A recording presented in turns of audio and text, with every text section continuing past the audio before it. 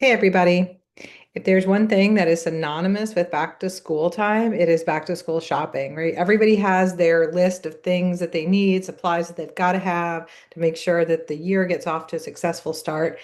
And the same is true if you work in a school. So if you work in a school, in an independent school, one of the things you absolutely need to make sure that your school has this year is a message framework. If your school already has one, it's a good time to get it out, dust it off, make sure it's still relevant and applies to the place that your school is in its current history and market. And if you're wondering what a message framework is, it's really a foundational document that outlines what your core differentiators are, how you talk about your school, and evidence of what makes you different and how you actually create the outcomes that set your students apart when they leave your school after their journey there.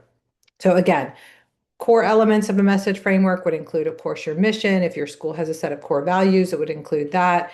Any sort of portrait of the graduate and those outcomes. And again, very importantly, that evidence and action. How can you actually prove through your program and through the things that you do on a daily basis that your students are actually growing and reaching those outcomes that you promise that align with your mission? Of course, what also are your brand attributes? What is the personality of your school? When somebody comes onto your campus, are you joyful? Is there humor at play on your campus? Are you thoughtful? Are you relatable? So those are other elements that would be in your message framework. Of course, if you have any taglines or something like that that's really catchy, you would want to include that too. But the message framework isn't just for marketing and it's not just for communications.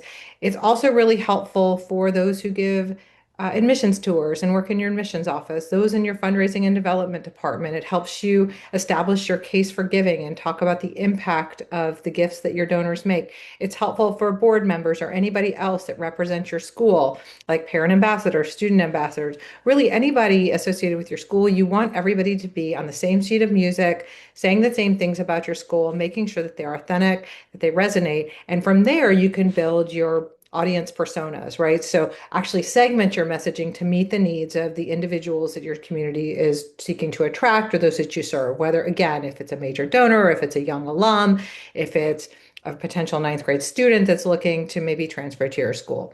So make sure that on your back to school supply list, you've got that message framework. And I hope that you have a great start to your school year. That is my 2 cents for the day. Thanks for listening.